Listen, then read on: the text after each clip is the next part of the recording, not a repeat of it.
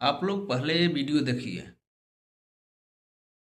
इस नौजवान की कब्र से बार बार इतने सारे पैसे क्यों निकल रहे हैं? आखिर इसका राज क्या है? एक नौजवान का इंतकाल हो गया।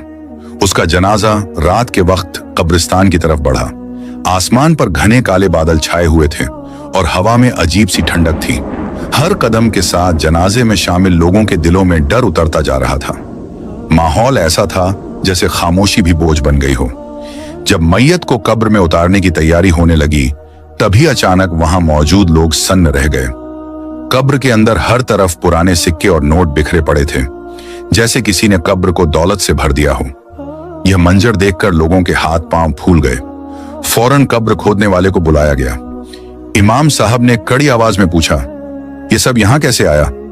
कब्र खोदने वाला कांपते हुए बोला, मौलाना साहब, अल्लाह की कसम, जब मैंने यह कब्र खोदी थी तब यहां कुछ भी नहीं था। लोगों में फुसफुसाहट फैल गई। किसी ने कहा, शायद यह जगह ठीक नहीं है, कहीं और कब्र बना लेते हैं। दूसरी जगह कब्र खोदी गई, मगर जैसे ही मैयत को वहां उतारा गया, वही डरावना मंजर फिर सामने आ गया। चारों तरफ बस पैसा ही पैसा। यह देखकर अब इमाम साहब के चेहरे पर भी घबराहट साफ नजर आने लगी। उन्होंने तुरंत कहा, इसके घर वालों को बुलाओ। कुछ ही देर में उसका भाई रोता हुआ वहां पहुंचा। इमाम साहब ने उससे पूछा, सच बताओ, ये नौजवान किस तरह की जिंदगी जीता था? भाई फूट फूट कर रो पड़ा और बोला, मौलाना साहब, ये लोगों का हक मारता था, गलत तरीकों से पैसा कमाता था और हराम की कमाई पर ही उसकी जिंदगी चलती थी। इतना सुनते ही आसमान में तेज गड़गड़ाहट हुई।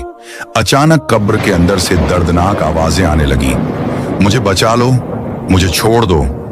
कब्र की मिट्टी हिलने लगी, नोट जलने लगे, सिक्के पिघलने लगे और उनमें से आग की लपटें उठने लगी। लोग डर के मारे पीछे हट गए। तभी उसी जलती हुई कब्र से एक बड़ा काला सांप बाहर निकला। वह फुफकारता हुआ कब्र के चारों ओर घूमने लगा। फिर एक झटके में वह मैयत के जिस्म से लिपट गया।